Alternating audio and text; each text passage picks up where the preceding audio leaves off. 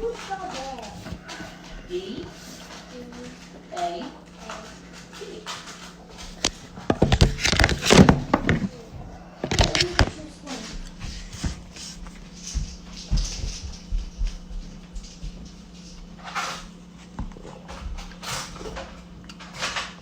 First 48, what's up? What's going on, gang? What's going on? What's going on? Philly First 48. Come on in. Come on into the upper room. We got a big guest tonight. We got an NFC champion. We got Justin. He from Philly too, y'all. Played for the Seahawks. He played for different teams. I'm letting him tell you he got a story, because you know he got a story because he's from Philly. It's about to be a good night tonight. We about to have a good night tonight. This is the Philly First 48. Make sure y'all subscribe to the channel. Philly First 48. You already know. We got an NFL player tonight, Justin. What's up, Justin? What's going on, man? I'm gonna let everybody come on in so we can start the night off. Appreciate everybody just reposting. Reposting. We got a good schedule. We definitely got a good schedule. We got Chef Millie tomorrow. We got your boy Cree Forge on Friday. Freestyle Friday is back on Friday. Shout out to the First 48 family. Shout out to the whole gang. Shout out to Danny. Shout out to everybody, man. Y'all already know we working, man. Moves and not excuses. We gonna just kill. We just gonna kill them with content. No more responding to no. We killing with content. That's the new jump. I'm a Candy. Make that logo. We gonna kill them with content. You know what I'm saying, man? Shout out to the whole Philadelphia, South Philly, North Philly, West Philly. Shout out to all the rappers in Philadelphia. Shout out to the actors in Philadelphia. Shout out to the cooks. Shout out to the dancers. Philly First 48 is way bigger than what y'all think. Not just rappers. Not just rappers, y'all. Not just rappers. ESPN. Yeah, that's what you can call me. You can call me ESPN Mac today. You already know, man. It's a pleasure to have my guy Justin on, man. Listen, y'all gonna enjoy this tonight. I'm gonna share this live before I bring him in. Before I bring him on, I'm gonna share this live. Hold up, let me share it right now. Y'all repost this live too. Let's get these numbers up before we get my guy in. I'm gonna send it off real quick. Send it off. Ron G, shut up. What's up, Bam? What's up, Rican Bull? What's up, H? What's up, Jug Lord Relly? What's up, Shooter? Shout out to the whole Cartel family. I mean, the whole, Cartel family and the whole First 48 family. I'm sharing this live before we bring him in. Shout out to the whole Philadelphia, North Philly, South Philly, West Philly. Y'all share this live. Let's get these numbers going before we get my guy Justin on. Shout out to E Ness. Shout out to Doughboy. Shout out to the whole Philly, man. I'm be on here all night giving out shout outs. We about to get into it tonight, though, y'all. Y'all see that? Y'all go grab y'all Philly First 48 apparel. It's around. What's up, Scales? What's up, Front of Muscle? Before we bring him in, I'm gonna just play some highlights before we bring him in.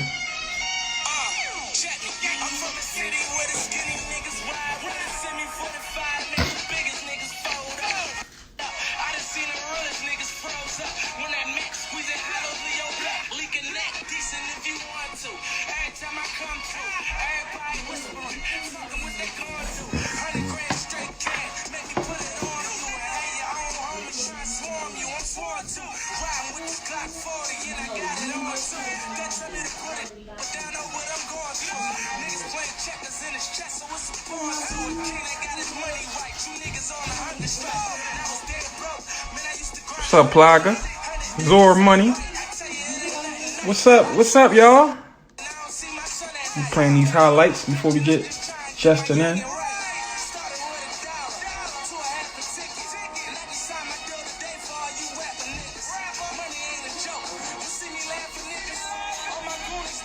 Let's get it to 50. I need everybody to share this live. Let's get it to 50.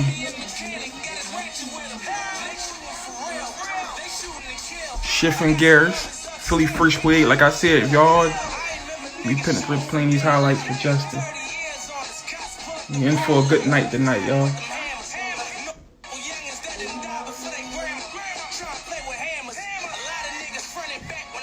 What's up, Frankie? Y'all go check that Frankie and Bill Collector new battle. They just battled. I think it's on YouTube. Y'all go check it out. Shout out to Bill Collector. Shout out to Frankie with the grippers. Philly, we back. Philly, we working. We got Chef Millie tomorrow. He was going.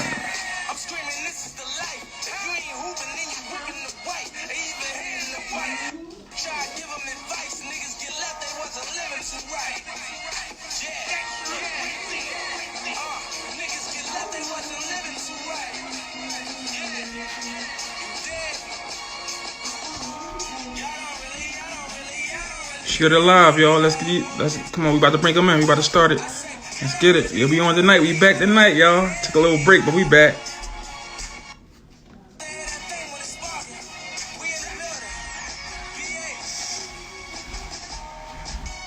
Yeah, footwork is nice. From Philly, y'all. We gotta know our owns. This is what the Philly First 48 for, though. Y'all know I gotta play some rap shit too.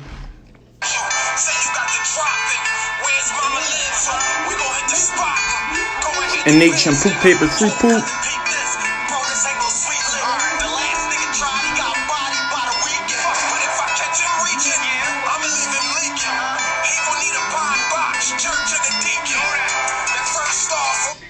Oh shit! All right, you ready? You ready for us? I know how we doing. We trying to change the format around, structure things a little bit better. We working, dog. We working consistently. Bring y'all good content every night, 9 o'clock. Subscribe to the channel. Philly First 48. Grab your gear. Grab your t-shirts. They on sale this week. $25 a pop. If I owe you a shirt, let me know. I'll send it right to you. Send your receipt. Let's get it, man. Yo, Jason, you ready for me? Let's get it. Time to tell your story, bro. Let's get it. Free poop. Shout out to NH. You already know. All right, let's start the show tonight, y'all. Still got sing happy birthday to my wife. It's her birthday. Shout out to her birthday. Her birthday was yesterday. I gotta sing happy birthday to her tonight. Yo, what's up? What's going on, Justin? How you feeling, Jack? You was good. How you? Man. What's up, everybody? Welcome to the First 48. Welcome to the Philly First 48 NFC champion, man. Listen, man, you from Philly. We gotta know our own. We gotta know our owns, man. You from Philadelphia, man. Shout out to you. All the major moves you making. You always giving away. You know, to the homeless. You know what I mean? You definitely do your thing with the camps, football camps, different. We gonna get into it, man. But how you feeling today, man? First, let me start off saying how you feeling today. I'm feeling good. You know, got a good workout in. You know, got to spend some time. Yeah, I went to Penn Charter and got to spend some time with my moms. And you know, we went to Philly for a little bit today, and we got some takeout. And you know, now I'm here talking to you. Good, solid day. Good to be back in Philly. Get some summertime because we usually would be playing right now, so I don't get some summer. So, right, it's been crazy with COVID, and we're gonna get into it. But the first question I gotta ask you before we even start, I want people to know your story. You know, I know, but I want the people to know what's up. You know what I mean? Yeah. We see. We're gonna get into it. I ain't gonna even. But I want to ask you. I gotta ask you this though. How was your Super Bowl experience? I gotta ask you that. How was the experience, real quick? The Super Bowl experience. I mean, that's in this. I'm home now. I got stuck home. My mom's 60th birthday. I got stuck home. I'm in the house. I'm in the same house I used to tell my dad, you gonna watch me playing the Super Bowl. So that experience, I got the picture of both of my parents in front of the Super Bowl sign after they got dropped off on the bus to come watch me, and that travels with me everywhere. So even though we lost to the Patriots, we didn't throw the ball. We threw the ball and all that. Right. Still never gonna be able to take that kind of experience away. Drake did the after party, and my parents being out there in the villa all week, getting to experience the Super Bowl with me. You can't take that. That's dope. That's dope. And, we got and then you see all this stuff behind us. Oh man, show it trophies. Show it all. Heavy Like accomplishment. they were saying, that's the Penn Charter helmet. That's Right. the Seahawks. And then I went to Miami. So, yeah. That's dope, man. That's dope, man. And we about to get into it, man. Oh, that's heavy. That's heavy. Show that again. Show that ring again. Show that again. Yeah, I had to go to the safe and pick it up so I could be able to show you all today. That's why we had to go to Philly. That's dope, yo. That's dope. I need everybody to share this live, man. We got my guy Justin on the Philly First 48. Moves and not excuses, man. That's what we make it, man. My guy, he got a story to tell.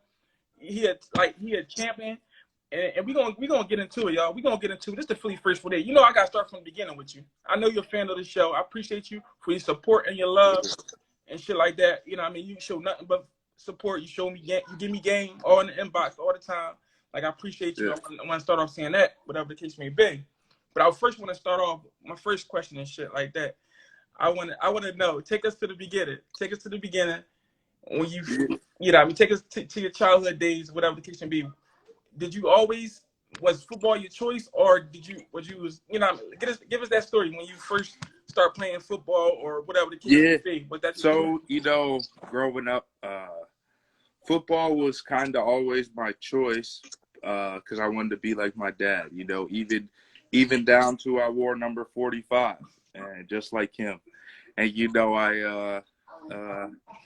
I had a couple early injuries because I was a 6-foot kid playing running back and stuff. So I took some shots to the knee. But my parents wanted me to play ball, and that's all. My dad didn't want me to get hurt. And so, like they saying, I could hoop. Yeah. And so my dad, he wouldn't even do football workouts with me sometimes. He'd be like, nah, we doing this basketball today. Right. We playing basketball. And so, finally in 8th grade, I got ranked in the top 100 underclassmen in football. And he was like, all right, if this is what you're going to do, we're going to do it. And my parents, they pretty much would drive me anywhere to a camp.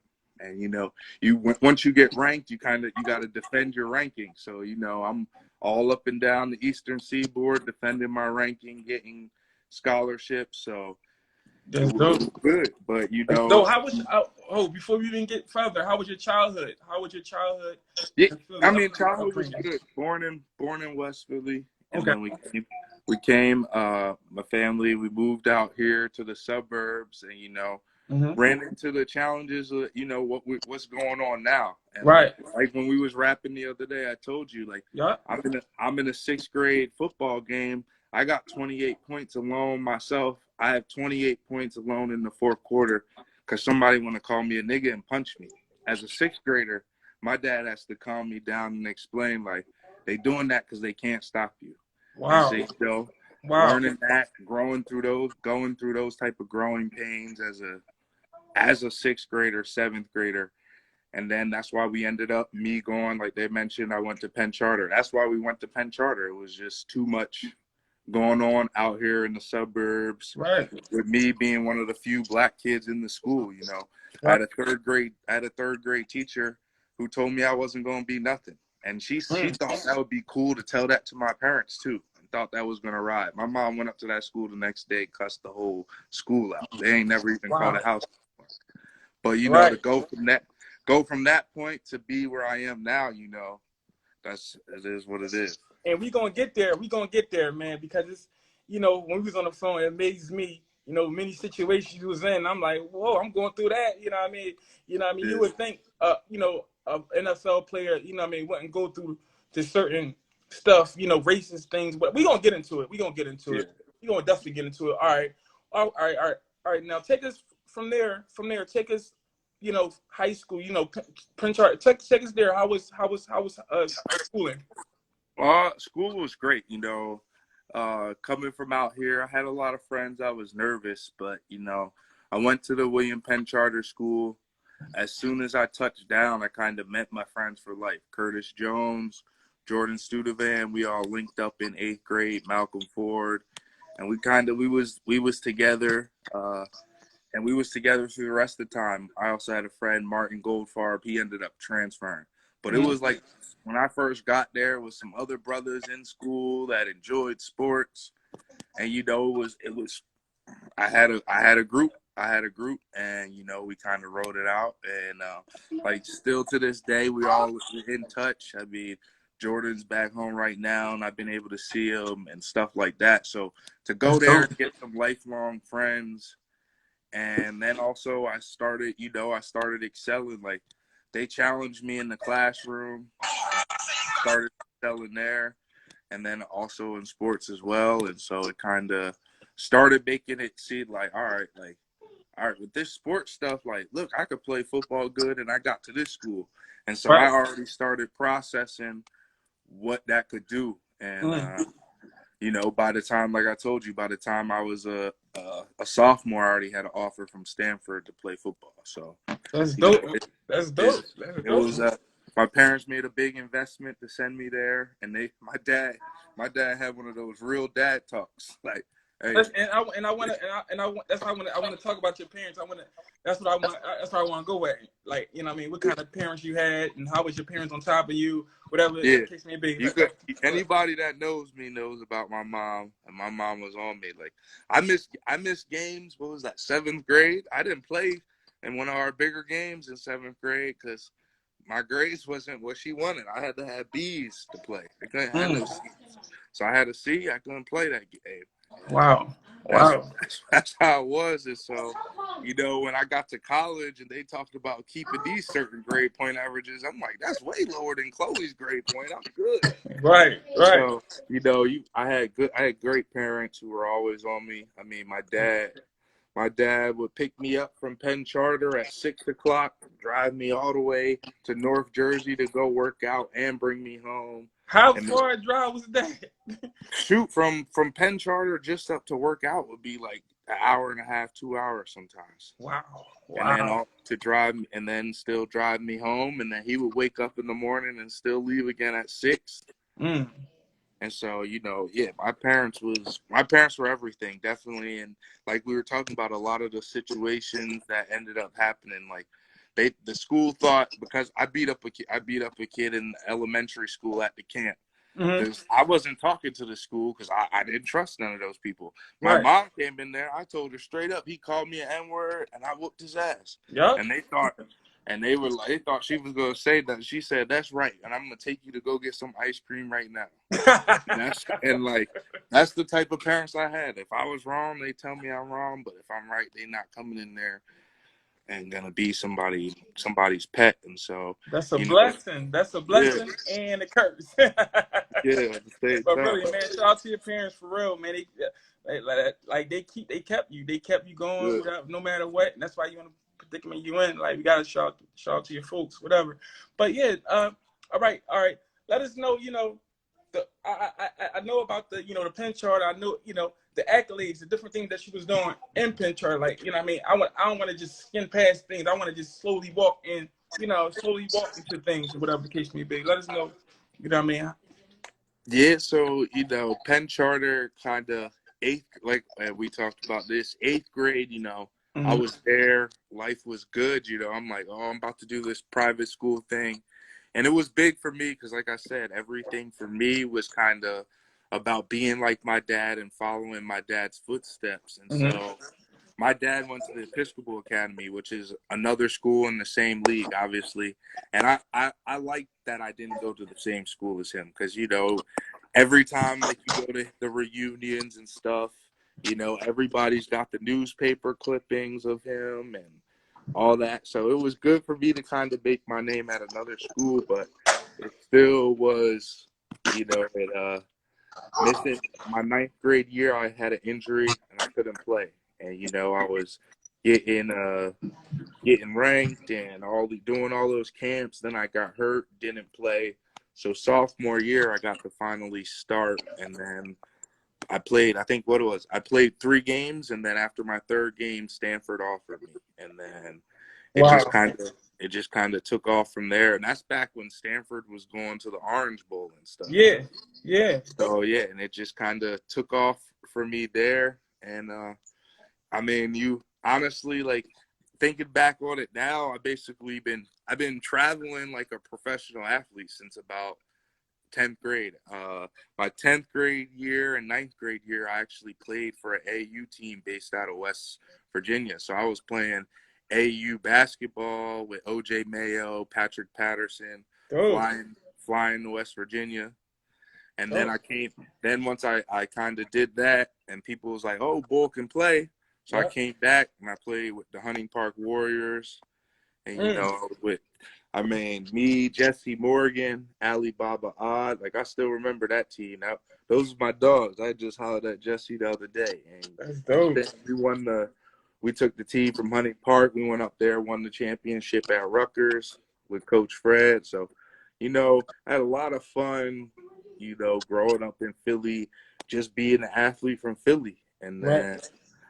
and you kind of, that's what you do. You go ball on the weekends. Yep. You train. That's what we did. We played basketball in the summers, did football workouts after the basketball workouts. Right. And you just grinded to get to where you wanted to be. Dope. Before we talk about the offers and whatever the case may be, before we even go there, I want to know, like, yeah, just like you said, the train. I want to know, like, see, people don't see the hard work. People don't see, like, the hard grind. Like, talk about, staying in shape and, keeping your body, eating right, different things, like, as being young, at a young age, whatever the case may be. But Yeah. trying to juggernaut being a kid and, take like, we want to take a walk, like, how you kept yourself going, like, physically, like, and mentally, like, whatever the case may be. Yeah, so, like, definitely, like, especially when you're younger, I think that's one thing my parents did a good job at, and especially my dad. Me and my dad, like 8th grade, 9th grade, we had some real battles because my dad understood. My dad knew how it was going to be in college, me being a black athlete, and how I got to be that much better because he experienced. My dad went to UPenn, graduated from Wharton School, played both ways at UPenn when they had one of the most racist coaches that was there. Wow. So he already knew what I was going to go through. And in hindsight now, I realized when he was being hard on me in some of those training sessions and all that stuff, Right. That was what really kind of that's what kind of really got me in that mode. But it was a brief period, and that's where I kind of thought about quitting. I was like, I'm tired of Right. you being on me like this. And then now in hindsight, I would never change it for a thing because I went through that in times 20.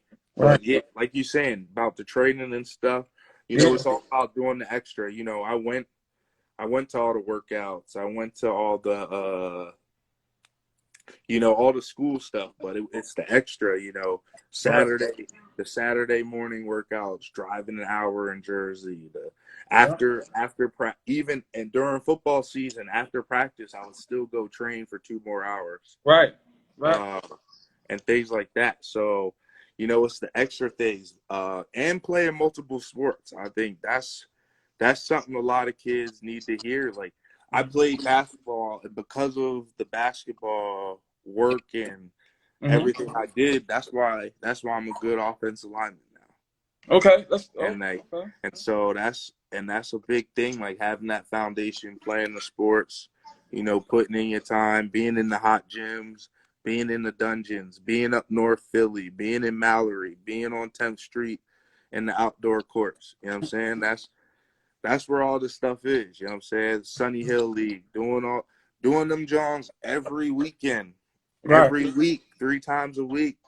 Mallory, Diamond Street, Sunny Hill. We here every week. Let's go. And then you get used to that. Right.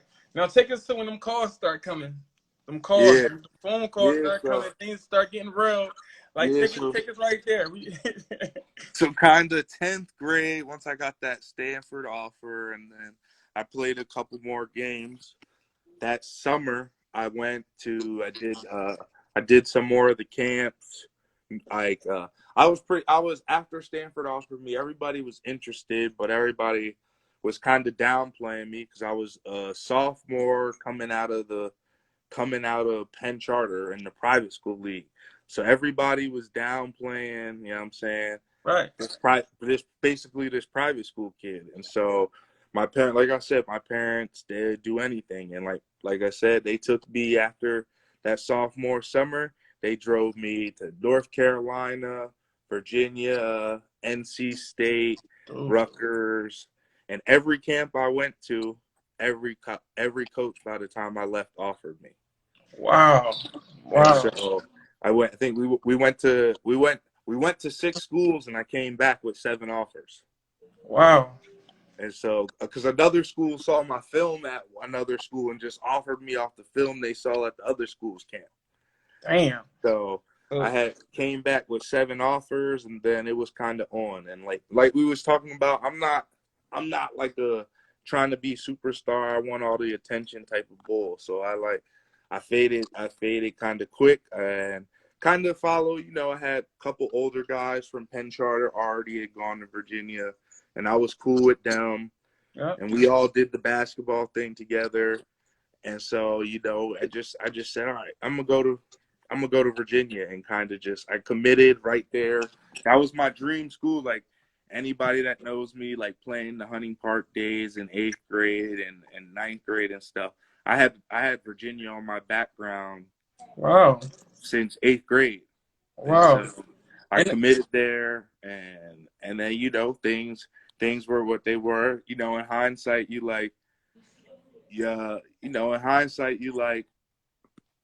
maybe I should have waited, because I had every school ended up coming by the time I was done, and it could have gone to a bigger school, but your path happens for a reason, and everything works out.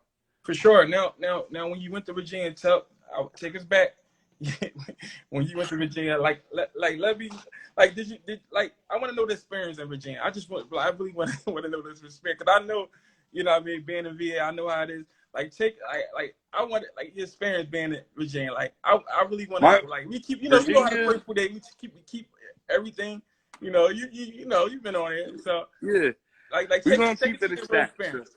Really. yeah, like the real experience. I'm gonna hit my hemp mine, the hemp mine. Shout out the hemp mine. They sponsored me with the CBD. And yeah, like Virginia was, I would say, like I'd been going there since I was a sophomore. As a freshman, I took a basketball. They actually recruited me for basketball first, and Right. so as a freshman, I went there for basketball. Then Dom Joseph, who went to Roman Catholic, he was already down there. Again, another Philly guy I knew who was already down there, so it just was comfortable.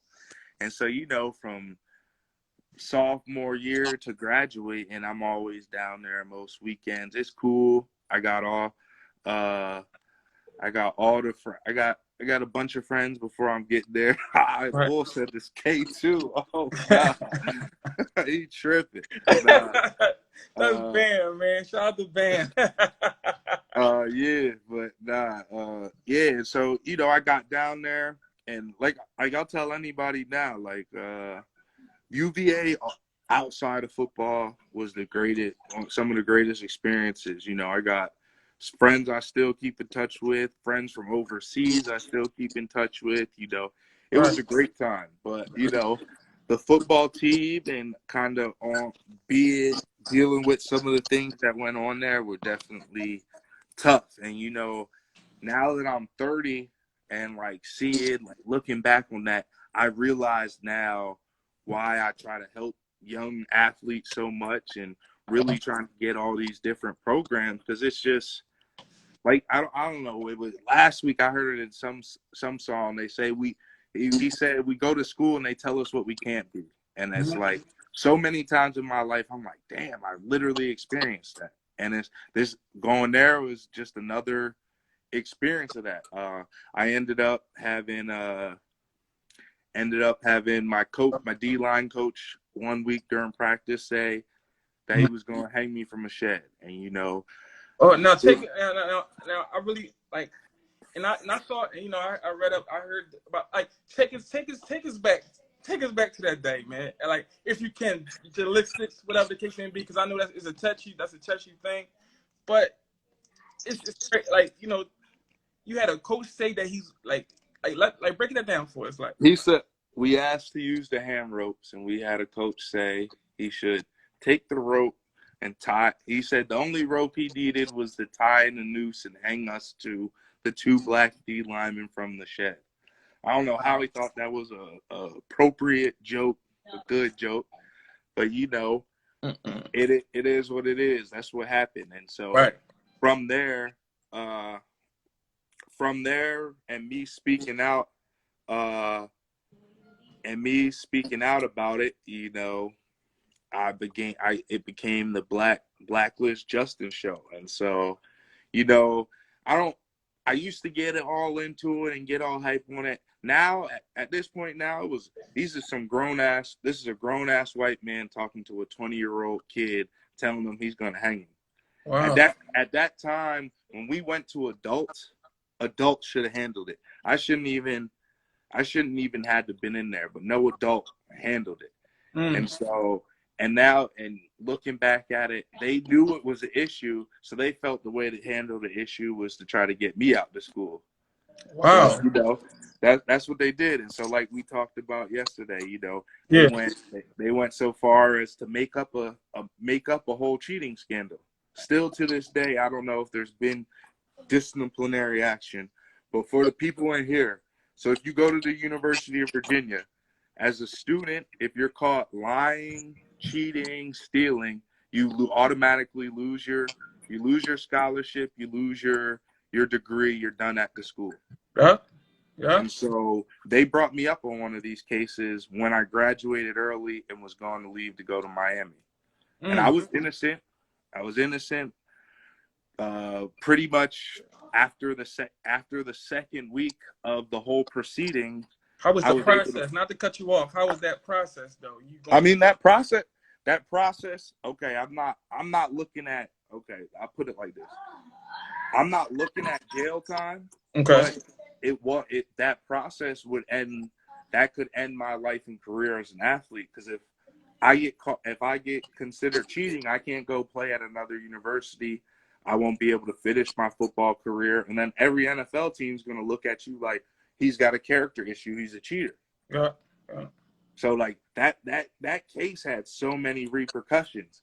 But the part that bothers me about the whole thing, that saying you're going to hang me, the case, all that, the part that bothers me is if you get caught cheating at the University of Virginia as a student, you lose everything.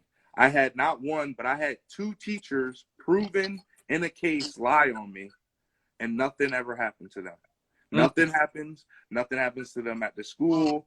Nobody said nothing to me like, oh, we're wrong, we sorry, nothing. Wow. They just, oh, you're not guilty, we're gonna just keep going about your day. Granted, this was a 9-month process that went into the next football season and could have ruined my career at Miami, but we just supposed to be cool about it. And so that's what bothers me about it, and that's what's fueled a lot of the community work to help push kids to be the best they can be. And pretty much I don't tell no kid they can't do it. Even kids that might not have the foot speed and he's already a 10th grader. I'm like, hey, you could still get you a scholarship and pay for some of your college by doing this. You ain't going to be a pro, but you can get you some D3 money and get your school paid for still. True. Every kid is a reason for you to be out here. Right. And so I make sure to tell everybody a positive reason they out there. I've won 2 as a youth football coach. I've won 2 championships. You could ask any kid, I've never even raised my voice at them. And you don't need to cuss people out. Right. I've had I've had pretty much most of my coaches thought that was the way to go. And then it's like, hey man, I'm 25 now. Like I had self-control, but really you just making it so I want to knock you out when I see you in a dark alley 10 years from now. Right.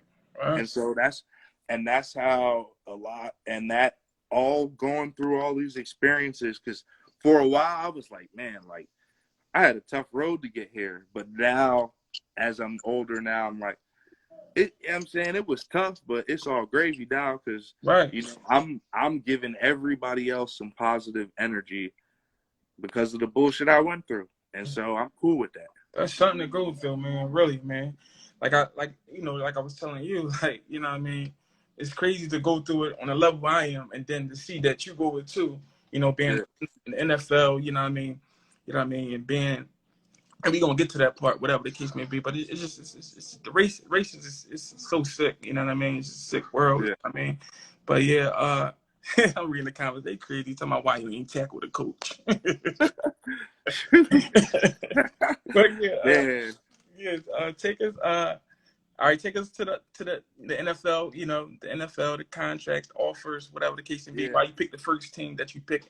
Why? You know Yeah. what I mean? So I mean, for me, I mean, it was all, even at the end of the day, if you look at my whole career and everything that's gone on, it was all God's plan, right down to my first sack in the NFL. The same coach at the University of Virginia who told me he would make sure I never played a professional snap of football is the same coach who was the coach of the other team, and I got my first sack against him.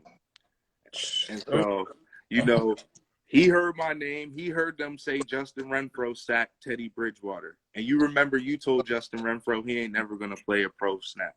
So at the end of the day, that is what it is. And that's what, anytime I come across a kid, anytime I come across anybody, that's what I let them know. All right, that's heavy. So, That's a and blessing, man. I'm reading the comments. I switched. He's saying why I was cut so many times. I switched from D line to O line in my first year and never played O line a snap in my life. Right. Yeah. Yeah. Well, we're gonna go to the. So you said, yeah, the NFL. Different teams. You definitely on different teams, whatever the case may be. Name the team that you was on, whatever the case may be, and experiences, whatever. I mean the Seahawks. I mean that was the best experience. Mm-hmm. Obviously going to the Super Bowl. That's also where I got my position switched to, and that's what the Seahawks are known for. They take D linemen and switch them to O linemen, and because I was athletic, they figured that was a good move. And so for me, that's what started the whole journeyman type deal for me, because at the professional level, I'm learning a whole new position. I didn't take no snaps at O line in college. I played a little bit of fill-in O-line my sophomore year of high school, and nothing prior to that. I was a running back the whole time before that. Mm-hmm. So, literally at the highest level, I'm taking reps against Bruce Irvin, Cliff Averill. If you remember that year we went to the Super Bowl, those two guys was back and forth on who was the number one sack leader. Right. So to have to switch, I'm learning on the fly. I feel like I've done a pretty good job at learning it. I ended up getting ranked top 3 O lineman in free agency this year up in Canada. So, I buckled down, and again, the work ethic, like the last 2 years, shout out to Footwork Lab. Jay with the Footwork Lab, I mean, we hit it twice a day. I would go do my normal run and lift in the morning, and then I'm right back with him in the afternoon hitting 2-hour footwork workout. And so, every twice a day, and I put the same way I worked at everything else, I worked to learn O-line, and I didn't give up, and so things worked out for me. I'm still able to play going into my 7th year, going into my 7th year when everybody was trying to make sure I didn't play one. So, That's dope. It's been a long journey, hoping to get I'm trying to play about 3, so we'll see. 3 to 5 more years, get 12 years of pro ball, and then hang them up. Something you've been doing your whole life, kind of look for the next chapter. Right, right. And I want to point out this too, man. Like you give away a lot to the homeless, and you know what I mean. You got your camp going on. I want you to tell me how that started, and you know what I mean. Let the people know all what you're doing with the giveaways and different things like that, man. 'Cause that's really dope, especially.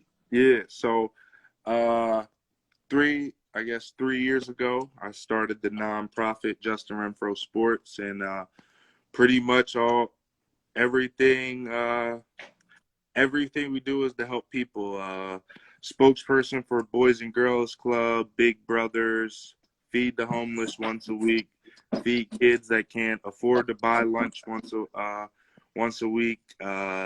Donated 60 cases of water to a bunch of organizations so they could feed people during COVID. Here in Philly, we fed a family for the month during COVID. And then, you just helping people. Right now in Edmonton, even though I'm here trying to get things sorted so that we can go into the juvenile detention center once a week and play basketball and kind of keep those kids going and get them to get another way out. That's dope. So that's what it is. Just football. That's what we do. And we're going to support however we can support, whatever the case may be, because we know it's for a good cause, whatever the case may be. Yeah. I I had the fans involved, in the interview. They said, when you Yeah. going to be a part of the Eagles? They said, try out for the Eagles. Yeah, I mean, before I went to the Cardinals. I worked out for the Eagles and stuff. That's when Chip Kelly was here, so I'm not even gonna hold y'all. I was off ball. I wasn't even trying to. They called me on draft day, like, "Hey, just sign with us a day early. We're not gonna draft you, but you can sign with us a day early. It's allowed in the rules." And I was like, "I'm good on y'all." And so I ended up going to Arizona. But I mean, if my best friend from up in Calgary, Alex Singleton, he's now with the Eagles. I was talking to a couple of teams early in the off season. We got to see how this COVID thing kind of shakes out. And with the TFL. Not to cut you off, I want to ask you, how did COVID affect you? I'll be honestly, I think it's been good for me. I'm not even gonna hold you. Me too. I got to come home and kind of rest my body. I played through some tough injuries this year. I played with a fracture and a tear in my knee and a fracture and a tear in my ankle this season. So for me to get this, get a little break and, let the knee heal up, let that fracture heal up and get some stuff back into my legs and kind of moving. And, also just be back with moms and see my mom and stuff, nothing can replace that and kind of get me back to health and get me back to life. And, just not having to watch it back. You know what I'm saying? That's a lot of people don't understand that. They think like the pro sports is all glitz and glory. But, I mean, you spend a lot of time away from home, away from your peoples, and, not able to, not able to see them. All right. Are you still working out? Yeah. Working out twice a day now. Yeah, and I'll be down in Philly working out coming these next few weeks. If anybody, just hit me up. Me and Ines, we about to start getting these workouts Call on me Friday. 8 in the morning. You called me 8 in the morning. I was snoring. I'm like, yeah. So Guys. yeah, I'm up. I'm up around 6 a.m. I get that yoga session in, then I get that first lift, and then I get another lift in the afternoon. So, I'm still on the 2-a-day grind. I just tailored it a little different in the beginning. Now we back working. And yeah, Philly First 40, yeah, come out. Yeah, we definitely come get some behind the scenes footage, come record. Yeah, come check us out. A little run action. Really, man. And one thing I want to say, man, like you like I said, you reached out to me about the clothes thing, like, you know what I mean? Yeah. I mean, you just a help, just a big help, and I want the people to know your story. Really, I gotta touch on this with you real quick. How you feel about different things that's going on now. Like, you know what I mean? You saw the new video that came out with Rashad and, the racist thing.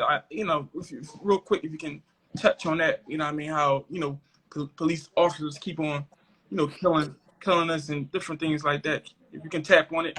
Because you experienced it, you know what I mean? So how you feel about people that keep getting killed over and over, you know what I'm saying?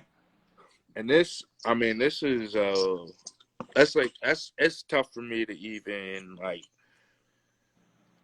think about this, because for me the big thing is I've been in situations, and now to realize damn boy, you were supposed to really be dead when he pulled you over.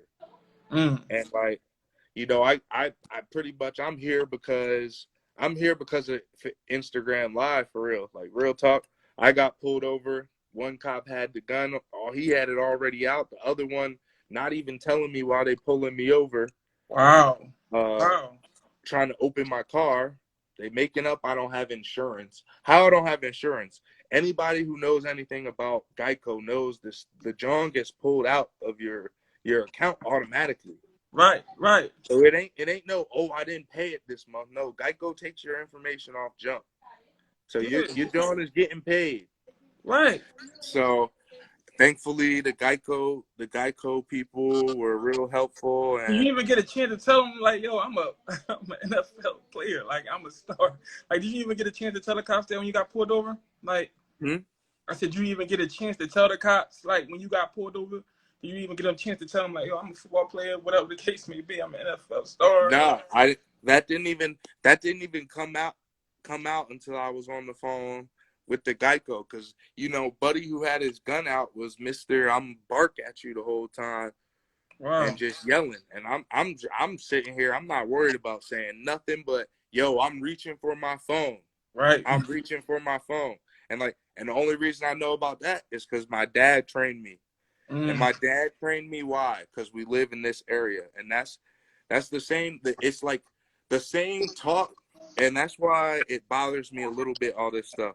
Because now, it's like a fad. The Black Lives Matter stuff is like a fad. Right. And I'm like, me and my dad have been living this since I can always remember. I'll be I can remember my dad coming back in the car being like, I fucking hate going in that place, because they always call him boss. They not being polite. That's some shit going back to slavery days. That's what the fucking slave owners used to say to you. Yes, sir, boss. They making fun of us back to it. And people don't realize that. And if you go to the stores in my area, this is the first thing I noticed when I came back from my mom's birthday. I watched the lady say hi to every person who went to get a cart but my mom. Damn. And I said, Mom, did you even notice that? She said, I noticed it, but they do it all the time. I don't make a big deal about it. But the fact that happens all the time right around the corner from my house is an issue. That's messed up, man. That's messed up. And that's what I think people need to start understanding. It doesn't matter. Once I finally dropped the NFL card, everything's cool, you bull, but still, until then, I'm still whoever you are, and you will get shot. That's what I think a lot of people need to start realizing. Right. It's crazy that you go through some shit like that. Not you know what I mean, me just being, who I am, you know what I mean, living a regular life, a day-to-day job and shit, getting pulled over for tinted windows and shit, going through the same shit. And we think that NFL players or stars, whatever the case may be, don't go through that shit, but y'all go through the same nut shit too. It's probably worse, because half the time you out here in the car they don't think you should be in, or you over exceeding their expectation of you, and they feel threatened at the end of the day. Right. And so that's what you gotta deal with, live with, and realize. And it's sad to say, but that's our world. Do you see it getting better? I really don't. I hope all this stuff works, but when you still got 10,000 people about to go risk their lives for Corona to cheer on Trump, ain't nobody woke. They not woke. You know what I'm saying? they having all these battles on CNN and stuff right now because they saying, oh, we don't think people should come to Oklahoma for this rally. Well, if people was realizing what's wrong with this country and the issues, they wouldn't even be at that rally. Mm-hmm. Right. You know what I'm saying? Right. But that is what it is. So yeah, man. Not to stay on this topic, but it just it's a good thing to talk about because it's going on right now and been going yeah, on. it is. It's just getting worse and worse. But I don't know if you saw the Rashad video, the new video that came out when the guy got shot in the Wendy's and shit like that. You know what I mean? And yeah, see, I've been so I'm gonna be real with you. The last video, like I had to take a chill off of it, and I mean, not to be offensive to anybody, but like the last video and kind of being on his neck and all that, like constantly seeing that, then seeing the police officers just hitting people with bully clubs, yo. I was like on some I hate white people stuff from seeing all that stuff. real And I shit. was It really gets you in that feeling type of. It gets you in that. Go and ahead. it gets you in that mental, and I was like, yo, let me chill, because I'm turning into the exact bull that I'm trying to get out of our world. Because Right. just like, because every white person ain't like that, just like It's true. every black person ain't a criminal. And so I had to stop watching the stuff, to be honest, because I was waking up in the morning ready to fight. I'm out here training and stuff, and I'm out here ready to just go, like, Right. let's just line it up. I literally called one of my friends. I was like, we should just follow some of these cops to their duty house and tell them, let's line it up now. You ain't got no gun. Line it up with me. And he was like, bro, you got to chill. Like, what's wrong with you? And so, real shit, though. Real shit, man. That shit is crazy, man. And like, that's how I was feeling, because you sitting here on CNN, like, I'm big. I know if one of them hit, like, I've been hit without pads on before. I barely wear pads when I play. I know I could take some of these hits and get one of these bulls. Like, and that's how, like, you see them hitting people with their backs turned on the ground already. Like, shit crazy, man. That shit retarded, man. That stuff bothers me, because I'm like, that's what you do as an O lineman. You protect people. You right. protect the quarterback. And like, I'm like, yo, you gonna sit there with the club and hit a little girl that's walking away from you. That's the type, like, that's who we let protect our world. Like, that's what I don't think people understand. That's who you let protect and serve. Y'all let the bull that you used to beat up in high school because he was nutty, right. You then let him protect our whole fucking world. That shit is crazy, man. With only 8 months of training. Yo, do you realize you don't let a John touch your hair without 10 months of training? For sure. But a bull can hold a gun and shoot you with 8 months. Fucking ridiculous. Fucking ridiculous, man. Shit is crazy, man. It's a cold fucking world, man. But hey, it's like, what the fuck we gonna do? Like, you know what I'm saying? Like, but rally, but fuck up shit. Like, how you feel about the looting and all that? Like, how you feel about that? I mean, at the end of the day, all the people commenting about the looting, all the people on TV and stuff commenting about the looting, because shut up, because they never been there. That's the first point. And at the end of the day, when the people are looting and stuff, it's only coming out of their own tax dollars. That's my only thing about it is, like, bruh, when you do this, yo, it's coming out of your pocket. Right. And that's all I'm saying. But at the end of the day, like, making some of these big businesses lose their money. Some of these businesses that like I honestly thought people like the Walmarts and stuff should be attacked. They don't even pay people minimum wage. Shit ridiculous. So like, I don't think it's wrong for a place that gets over on people daily to get got on. I don't think that's wrong. That's a crime. Like, you literally work people to death and don't feed them so they can't feed themselves. So for them to come rob you and take your stuff ain't too wrong, is it? You do that to them every day. Oh shit. So like, when you start thinking about a lot of this, and then and then this is what really started bothering me. Like, you want to keep talking about my people looting. talk about your people in the Gucci store for no reason. Talk. You know what I'm saying? Like, you know what I'm saying? Mary Sue, who was in the Gucci store walking down, you saw the white John that was on the Daily News? Yep. Yep. She walking down there like that's her Gucci that came from her crib. But that ain't circulate nowhere. That only circulated on our Instagrams in Philly. Yeah. That didn't circulate on CNN. That's real, man. That's real. And so that's the type of stuff, you know. That's what I guess I get in trouble for a lot too, because I speak my mind a lot. I let it be known a lot.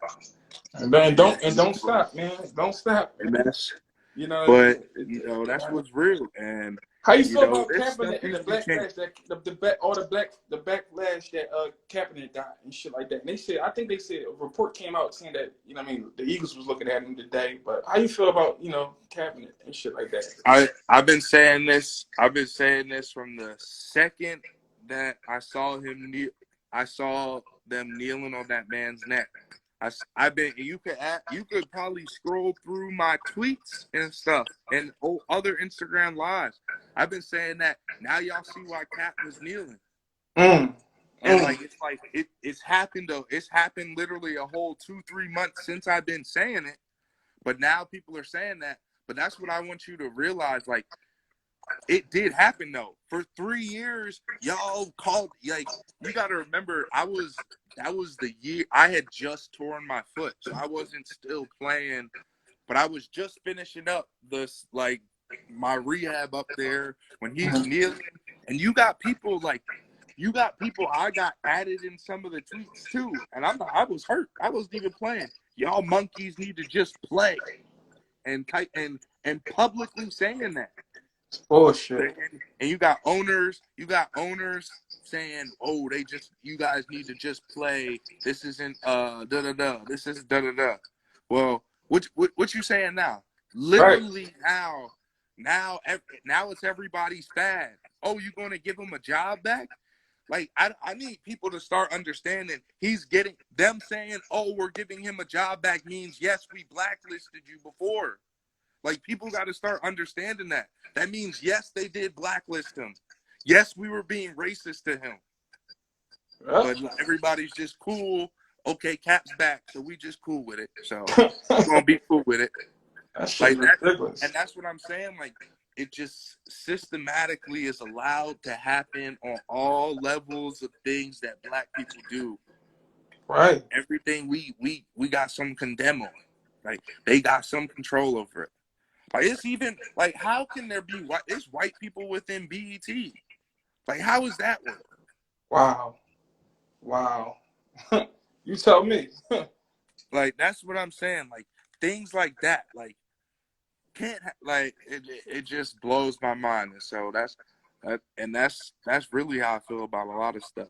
Like, it just blows your mind. It does, man. How do you feel about, like, you feel like it's a rush? They get y'all back on the field in a rush. You feel like that's a danger? Yeah, for sure. Like it's a danger? Sure. Come on, University of Houston. I said this to somebody. CFL too. Like, I was like, the league's not folding is worth more than our lives. I said, we already know our health is worth more than.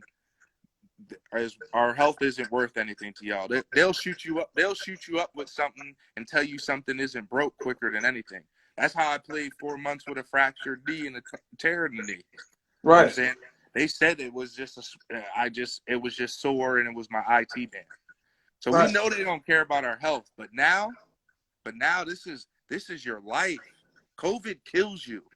You know, it's not just.